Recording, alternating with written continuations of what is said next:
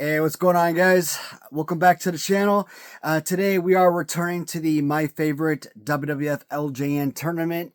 And before we do kick in with today's video, I just want to say, thank you so much for those who are tuning in to watch the Hasbro review videos.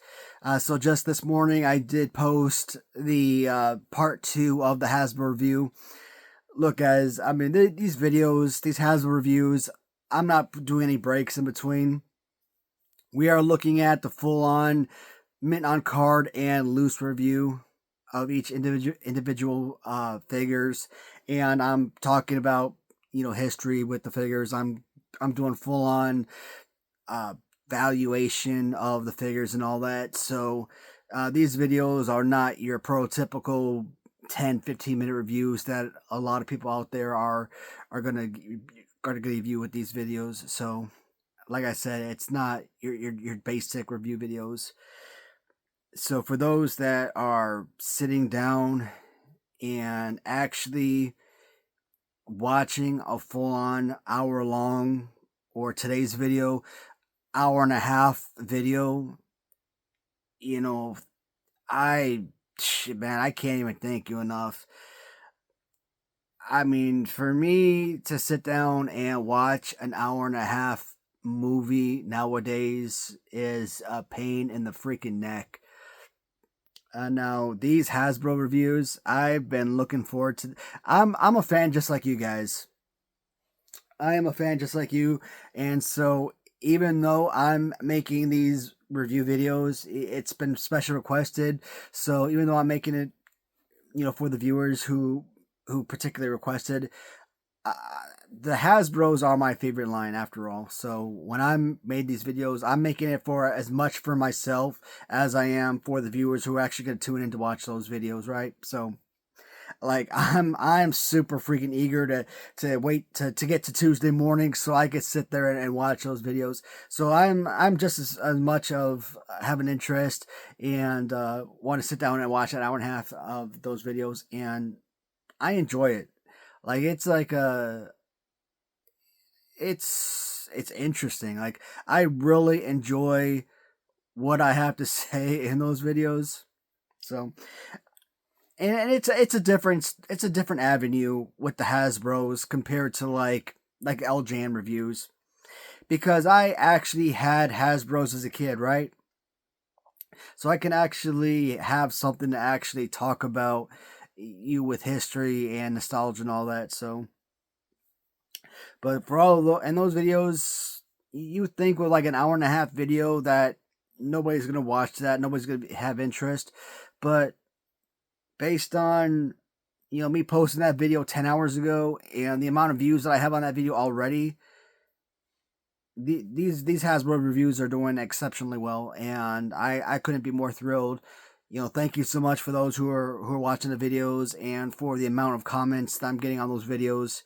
You guys have been amazing. I really appreciate it. So every Tuesday, again, I am going to continue to put out these review videos, and I'm going to enjoy doing what I've been doing and having fun with the reviews. So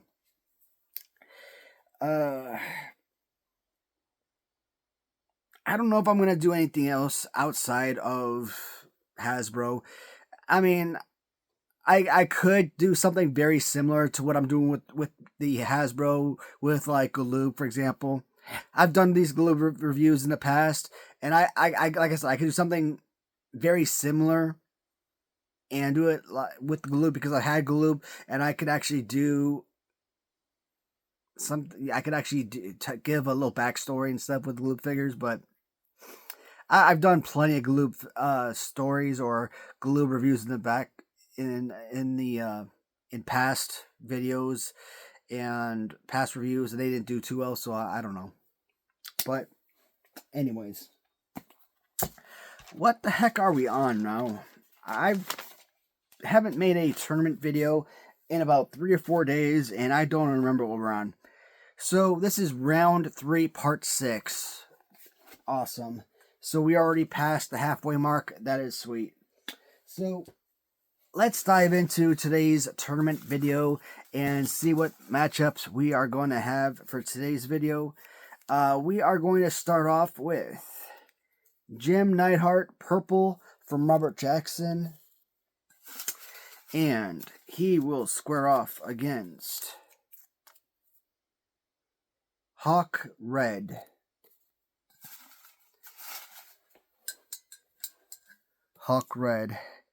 And I'm assuming that's going to be the Random Treasures Hawk. I don't think the other custom Hawk is in this tournament anymore. Next one is going to be Morocco LSD. And he will square off against Hogan from Sabrina. Andre, blue and red from the Raider Nation. Takes on... that is an awesome matchup. Taking on Warlord.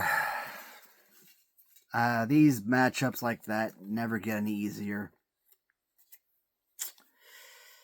And Hogan from Wrestling Writer. And that's probably the Series 1 version. And he will take on Barry Windham. I can't ever win with these matchups. Alright, so... let's go ahead and get these figures pulled, and we will begin in a split second. Alright, so first matchup we said was going to be Jim Neidhart, purple, squaring off against Random Treasures, Hawk, or excuse me, that's my mistake. Alright, yeah, I had to do a double take, double look at that sticker because it was Hawk, not Animal, that I had drawn. Alright, so Jim Neidhart, purple from Robert Jackson versus Hawk from Random Treasures. So this is your matchup. And yeah, this doesn't make it any easier. At least with the Animal figure, I could at least gone off face paint, right? But with Hawk, now you're kind of looking at not only fighting pose, which is obviously far superior to the Animal figure, but the one thing I really like about the Hawk figure is attention to detail in the muscular tone of the figure. And here's the thing with Ram Treasures, right? Because I get these figures from the Ram Treasures store, whenever something is good or whenever something's bad, I give the credit to obviously Ram Treasures. So like whenever I hate on fighting pose, I'm like, oh, this is terrible. Ram Treasures, they really screwed the pooch on this one type of deal, and it's not their fault, and I know that. It's just simply the fact that it's the business I bought the figure from. Simple enough. It's as simple as that. Now, obviously, businesses like Kevin Pelkey, I bought figures from him directly off of eBay, or more recently, like I would go on Facebook and I message him, hey man, I see that you're selling these Galoob customs. And if you guys haven't gotten the opportunity and you are Galoob custom or Galoob collectors, if you didn't know, just kind of a side note, just kind of like a side note from the tournament real quick. Galoob, back in the day, they were supposed to have a Series 3 release, if you didn't know, and a lot of the UK figures like Jimmy Garvin and Michael Hayes were supposed to come with robed garments, right? The same thing that you kind of saw with Sting and Lex Luger when they had like entrance gear type of deal. You kind of saw like Ric Flair with robe, stuff like that. Diamond Stud, Razor Ramon, Scott Hall was a character that you could have gotten, right? So there was all these unreleased Series 3 Galoob figures. Well, Kevin Pelkey did actually create these hollow resin figures of Galoob, and I bought them from him, and I had him send it to my buddy Rob Jackson, who is going to go ahead and paint those figures up for me. And by the time I get those figures in, oh my god, when I do that Galoob cut, when I do that my favorite Galoob tournament, those figures are going to be part of that tournament, and I'm going to be dying to do that tournament. Those figures are going to be killer. The Michael Hayes and Jimmy Garvin with entrance gear with robes, those are going to be like a couple of figures I'm really interested in. But like I said, Print Fury, the guys who actually make these figures, right? And you know there are customizers like Sin Bodhi and Zashman, obviously Kevin Pilkey. You know there are certain names in the LJN custom world that make these figures, make the certain designs. They all customize their same figures or use 3D print their own designs. So the one thing that they did really well is incorporate the muscular tone of Hawk. So when I got this figure, one of the things I really appreciated, obviously, was kind of like the Nikolai Volkov fighting pose. Nikolai Volkov, you guys know, the very first LJN I ever purchased. So I had a special affection for the Nikolai Volkov figure in particularly. And Legion of Doom, I'm kind of going back and forth between Legion of Doom and the Rockers among being my favorite tag team. I guess I've always said Legion of Doom had always been my favorite. But nostalgia tells me maybe it really was the Rockers. But I don't know, man. But I'm sticking with the LOD because I love the dynamic force that Legion of Doom really were. And this is a fantastic piece. Like I said, this Legion of Doom really is one of the cream of the crop from Random Treasures exclusive figures. Now, I've got so many Jim Neidhart figures in this tournament. If Jim Neidhart does not win this matchup, is it going to hurt Jim Neidhart in particular in this tournament? No. One Jim Neidhart moving forward, or 5 Jim Neidharts moving forward, it doesn't matter. I mean, only one figure is going to win this tournament. You could have 5 Jim Neidharts in the semifinals because, again, you are going to have more than 4 figures in the semifinals. You're going to have 3, and you're going to have 3 of those 5 figures moving forward to the final match. So, and realistically, I know I'm only going to have probably one of them in the finals or semifinals. So, you're not going to see a bunch of these guys based on matchups. You may not see any of them, but with the right matchups, definitely.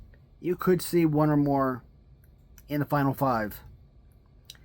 I like this one a lot. When I got this in from Rob, the intention to when I got this figure in, I sent him 2 figures, one in purple, one in pink. The intention was have him bring those 2 figures back to life because they were destroyed, and I was going to resell them. But they were just painted so well, I just did not have the strength to do so, and I decided to keep them. I love the way that these colors just pop on the figure, and it is just such a good figure. And like I've always said, Jim Neidhart remains one of my top 10 favorite all-time LJN figures. Basically a perfect play pose, one of the more enjoyable go-to figures, right?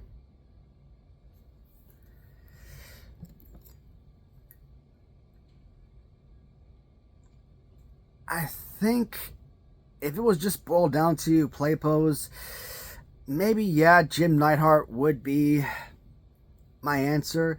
But I'm going to continue shocking people as I've done throughout this tournament. I'm going to stick with Hawk, though. And I think the reason I'm going to go with Hawk on this one, and I think I talked myself out of this one when I said that because of the sheer quantity of Jim Neidharts that is left over in this tournament, I want to see a Legion of Doom member go as far in this tournament as possible. Does he make it past round 4? I don't know. But I think this is the last Legion of Doom member. And I had 2 sets. No, with the Black Legion of Doom, I had 6 different Legion of Doom figures in this tournament, and I believe this is the last one standing, if I'm not mistaken. And this being only the 3rd round and 1 out of 6 figures, that's crazy. So I'm excited to have Hawk move on to round 4.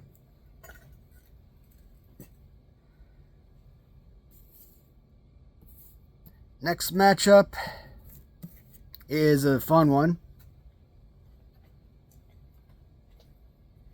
From Sabrina, her Thunder Lips, as he squares off against Mark Hackenberg's LSD Don Morocco.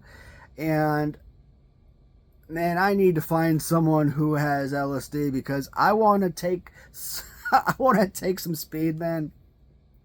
I want to take a hit of speed, and then I want to put this on the table.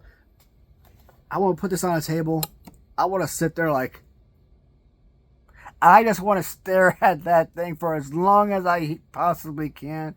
I want to see if my whole world just starts spinning around me.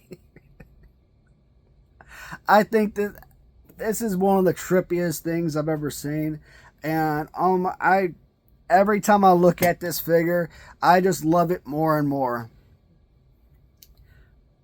There is a reason why Mark Hackenberg is one of my favorite LJN customizers, and out of 20 something figures that I bought from him, I have not had a single regret among his figures. And yeah, I mean, some of the figures that I bought, like Paul Orndorff, for example, I mean, they're very small, simple paint changes. We're not talking anything massive. They didn't have to be. I mean, we're talking like, white trunks, blue trunks, white trunks with blue boots mixed with white, or red boots mixed with white, etc. But I knew what I was getting, and that was perfectly fine. It was just more about, adding different types of figures to the collection, adding more of his figures to the collection, right? So when I got like three different Don Moroccos. I thought the tidal wave Don Morocco was the highlight of the Morocco figures, but I don't know, man. I think that this might be it for me. I think this might be my favorite Morocco piece. And making it to round 3. I mean, is round 3 a good push for a Don Morocco figure? Play pose just going off of regular Don Morocco now. I think for a regular black shirt Don Morocco, sure. I think that's a perfectly acceptable advancement for a regular figure. For this particular custom, is it still a good push? I think it's average. I mean, would I like to see this LSD figure go further? Of course. Is he going to go further, though? Now, I do have a couple of Hogans in this particular video. A couple of Series 1 figures. I have stated more times than I can count that among all of the collections, whether we're looking at original LJN figures or if we're looking at any of the customs, there are probably very select few figures of the vast quantity that I own that could really defeat any iteration of a Series 1 Hogan, whether it's original or one of the custom figures. I just value a Series 1 Hogan. I love the fighting pose. I love the overall look of the figure. And even though a lot of the Hogans, again, very simple paint schemes a lot of the time, it's very hard to defeat a regular Series 1 Hogan. And then round 2 comes along. And the wrestling writer Ichiban Hogan with the updated Hulk Hogan head to look like a much younger Hogan, the late 70s, early 80s New Japan Hulk Hogan. You're telling me with that new head sculpt, with that head, you're telling me that head couldn't make it past round 2? And I said it before, he lost to a yellow shirt SD Jones. If it was a red shirt SD, I probably would have chosen the Ichiban Hogan all day long. And that was actually a favorite to actually win the entire tournament. And then, yellow shirt lost to Kamala in this round. So, I mean, do I regret it? Knowing that yellow shirt lost here in the third round, now I kind of do. At the time, not a whole lot. Does Thunderlips advance much further in this tournament? Does he make it to round 5? Forget round 4. Is he a round 5 figure? Forget the fact that he was customized by my wife. Is it that good of a customization that he deserves a round 4 slot? Because this is, like I said, this is one of my favorites. If this wasn't customized by my wife, would we even be having this discussion?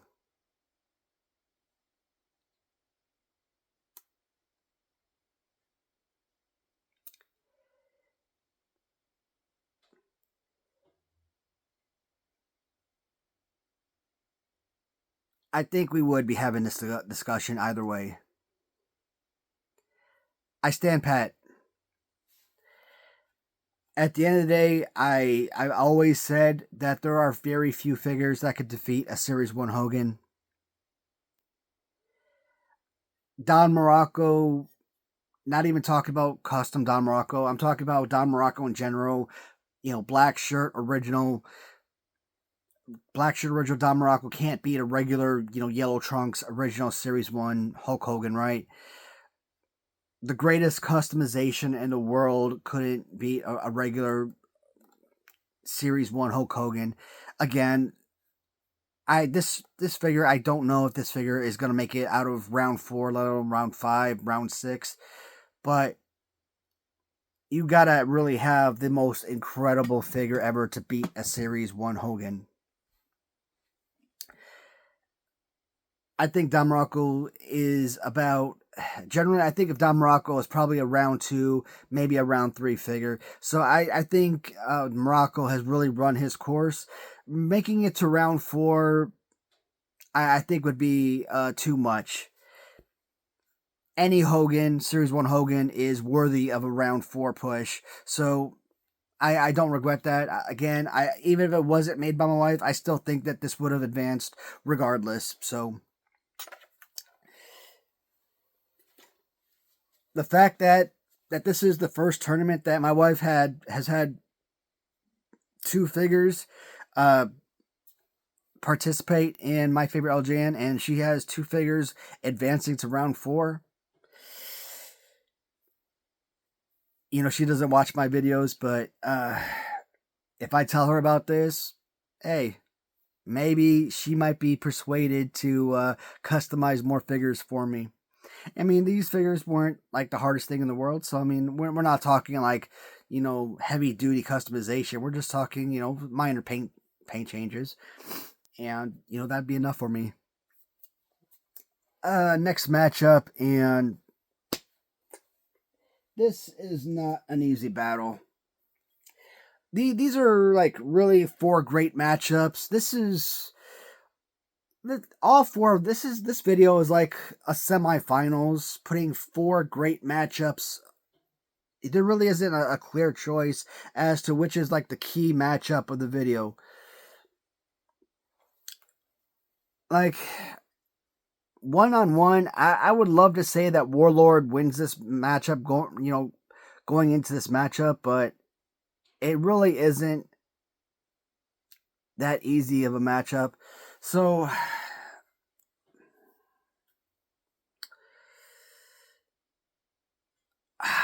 I have no freaking clue. One thing I could say about these two figures, when I did my video talking about my 10, I did pull this figure thinking that he could have cracked my list of being part of my 10. Now, with the amount of figures that I pulled, I actually went over 10. I actually pulled like 12 figures, so he didn't crack my list of being 10 figures. And in fact, I think he would have actually come out to be either number 11 or number 12 if I was basing off of that list.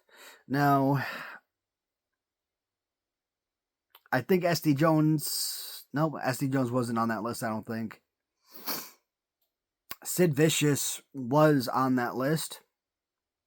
So if Sid Vicious was eliminated and let's say he wins this match, I mean, he could technically replace him and, you know, heading into round 4 as possibly being among my 10. I don't know if I'm going to do that again. I could technically, between each round, do a new updated my 10 and see if if there are any changes or add new updates to who I think could win. But I think that would be fun, especially if I don't have like another video in between.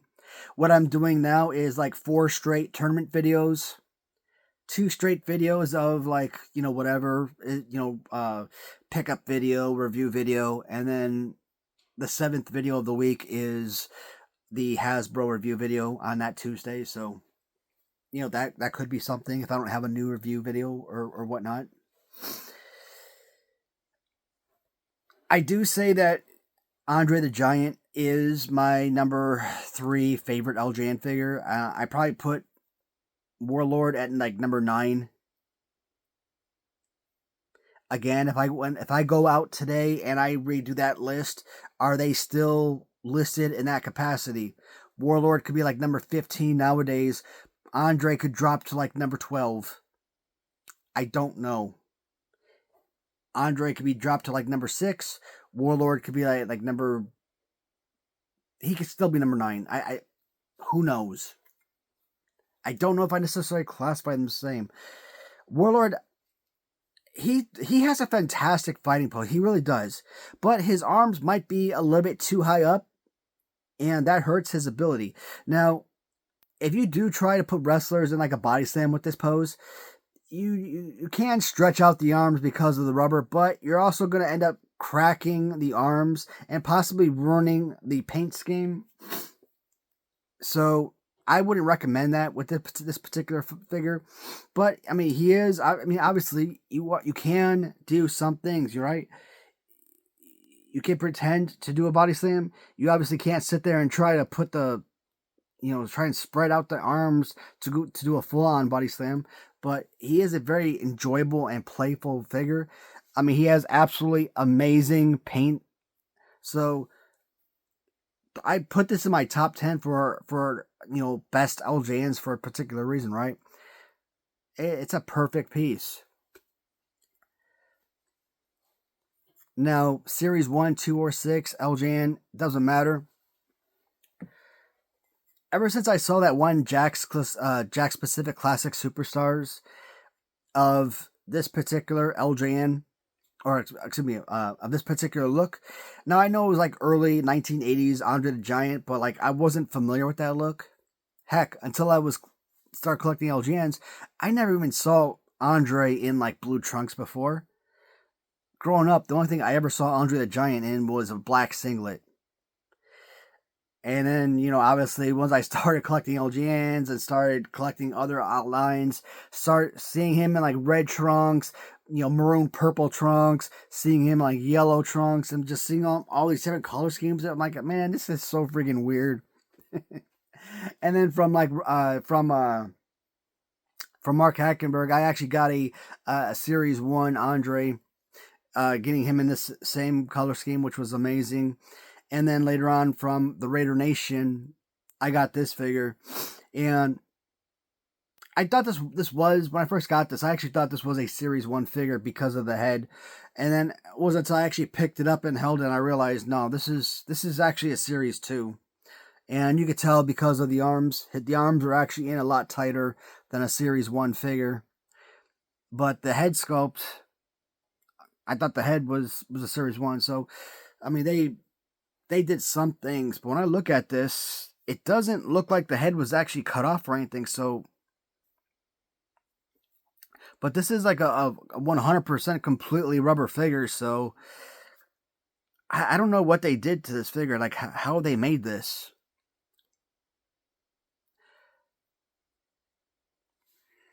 I think if I do another My 10 video before round 4, yeah, this one is definitely going into the My 10 to replace Sid Vicious. He is going to defeat Warlord. In fact, I don't know, man. This tournament is so freaking hard because every time I pick up a new figure and look it over, I get so, like, I don't want to say emotional, but man, like, what's the right word? Like, I kind of like, man, this has got to be my winner to win this tournament. Like, every time I pick up Colonel Mustafa, I'm like, Colonel Mustafa's gonna win. Colonel Mustafa's gonna win this tournament. Then I pick up Big Boss Man. I'm like, no, dude, you're insane. Colonel Mustafa's gonna win this tournament. I pick up this freaking Big Boss Man. Like, look at this Big Boss, or this Big Boss Man. Sorry, this Andre the Giant. How does Andre the Giant not win? Or and of course, I feel the same thing every time I pick up that darn Bruiser Brody. Like, Bruiser Brody's already won 2 tournaments. Like, how do I not? How do I choose anybody over Bruiser Brody, a 2-time champion? I mean, I'm hoping by round 5 that I have some kind of inclination of where I'm going with my answer, because right now I'm at such a freaking loss. Like, with each video, I really am just playing it by ear because I have no idea. And it sucks. It's tough to try and make a determination because you love, like, every single figure. Like, every single figure holds value to you, right? And this isn't like, hey, these are my top 10 favorite figures. And even then, choosing 10, like, making that list of, hey, these are 10 figures that I think could win this tournament, even that was tough. I mean, there are figures on the list. Like, I couldn't bring down a Series 1. I couldn't bring down a Series 1 Hulk Hogan. I couldn't bring down a Big John Studd who always makes it to my finals. I'm like, how the heck does that happen? So, but Andre the Giant, he is going to be my winner for this matchup. He's going on to round 4.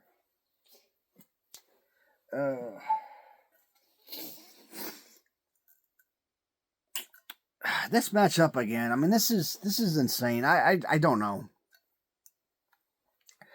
So I want to go back to the first figure that I talked about with Hulk Hogan, and I said, all right, very impossible. You really got to have the right figure available to defeat Hulk Hogan, right? Got a darn itch like crazy. So now I've actually seen someone who actually customized this particular figure. They customized it the right way. Well, damn, what the hell do I mean? Customize it the right way. If you actually look at the original San Francisco Toymaker figure, and you see the glossiness of that figure, right? The glossy shininess of it. Someone took an LJN, a Series 1 LJN of Hulk Hogan, and the way that they painted that figure so shiny, so glossy. It literally looks exactly like the original San Francisco Toymaker figure. Like, you would almost think it really was the original San Francisco figure. And that is exactly what I wanted from, Wrestling Rider from Eric when I commissioned him to make this figure. But I don't know what he was doing. He was trying to be too fancy. He was he was doing too much. When he was telling me about this figure and he was like telling me that he was like building boots and stuff, I'm like, building boot? What? Like, I was confused. Like, why are you building boots? He's got boots. Like, I literally, like, all I thought he was gonna do, like, literally take some paint, like, literally just paint the chest. Like, he literally built. I don't know what he does. I don't know how customizers do it. Uh, what is it that they use? Mod Podge? No, that's not Mod Podge. Uh, I don't know, whatever stuff that they use to kind of build stuff onto the figures to like build clothes and stuff, right? And obviously, when I got the figure, I mean, I looked at it. I'm like, I wanted to be disappointed when I got the figure because it wasn't what I was expecting. I really wanted that glossiness, but at the same time, I was happy to have this, and we were friends, obviously, and he did me a favor. I mean, I paid for the figure, so I mean, as a consumer, you want to get what you paid for, but I still did a review for the figure and thanked him for it and everything. So you don't want to be difficult. I still got a figure and I still got what I was kind of interested in. So I still got something to talk about. May not have been 100% identical to what I wanted, but it was something. And I've had people contact me and they like the figure as well, so it's not like it's despicable. I mean, I like the fact that he actually took the time out and put time and effort into making this figure. So for that regard, it actually means the world to have this particular piece. But as I've said before, when you kind of look at the last batch of figures I got in from him like months ago, right? And when you kind of think back over the last couple of years and how long it took to get that in, the amount of money I paid him, and the lack of communication. I'm like, you lost me, buddy. You lost my friendship and all that. So like when I think about that and I think about the Bruiser Brody figure, I'm like, that's another reason why like I'm feeling lower on the Bruiser Brody figure nowadays because of who I bought it from, and now it's like I don't have a much of a connection to that figure as much. So when people think like, "Hey, is Bruiser Brody really gonna lose this tournament?" I'm losing that connection. So yeah, like I think it's possible. So I look at this figure, I'm like, is he a better figure than Barry Windham? Well, let's look at original. Forget the custom and just think about regular Hulk Hogan Series 1 against Barry Windham. I did not have original Barry Windham Galoob growing up. As an adult collector, having the Barry Windham and like Sid Vicious, like oh my god, if you have those two figures together, forget all the other Galoob figures. Yeah, as long as you have those two figures and you're locked up in a cell for the rest of your life, you can have fun forever. Those two figures in tandem work beautifully together. You take those two figures, you blow them up in rubber form, you are golden. It is like Barry Windham. I never knew the name growing up. I never heard of Barry Windham before I became an adult collector. But he's got one of my, and I just caused paint loss on this figure. Outstanding. All right. I'm crushing my championship belt, so trying to readjust these hooks and end up scraping off the top of the paint. That's just what I like to see. Alright. And so I look at the figure and I'm like, this is an awesome looking figure. It's got great detail throughout. Fantastic fighting pose. When I look at the figures that can legitimately take down a Hulk Hogan Series 1, yes, a Barry Windham figure is legitimately a figure that is capable of doing so. And there are probably 10 or 15 figures in the entire collection that is capable of taking down a Series 1 Hogan. Now, just because a Barry Windham is capable of taking down a Series 1 Hogan doesn't necessarily mean that he will guarantee do so. A Sid Vicious is probably capable of taking down a Hulk Hogan. It doesn't necessarily mean that figure is going to necessarily win, right? I don't know. Let's say Greg Valentine is necessarily capable of taking down Series 1 Hogan. Doesn't mean it will. I don't know. Andre the Giant. Series 6, Series 2, Series 1, doesn't matter. All capable of taking down a Series 1 Hulk Hogan. It doesn't necessarily any of them will, right? So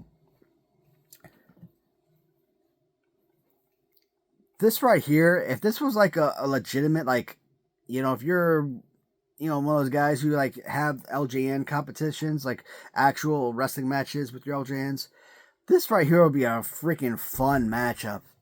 This would be killer.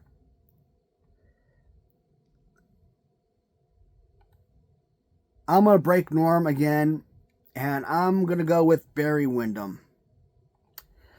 Why am I going with Barry Windham over Hulk Hogan? Well, as I said before, yes, I think it has something to do with the fact that some of it is loss of trust of the seller that I bought the figure from.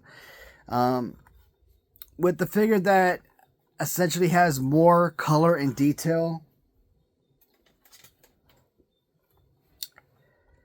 I mean, if these two figures went up against each other, you would think that a figure like this would just absolutely run away with the matchup, right?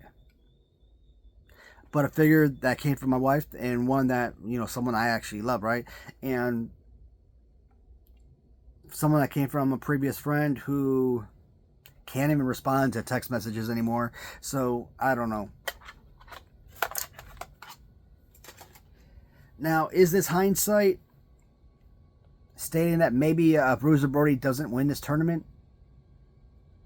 Possibly, but it is a Bruiser Brody figure after all, right? So doesn't necessarily mean Bruiser Brody isn't going to win the tournament, but it just doesn't mean that it doesn't mean that he won't.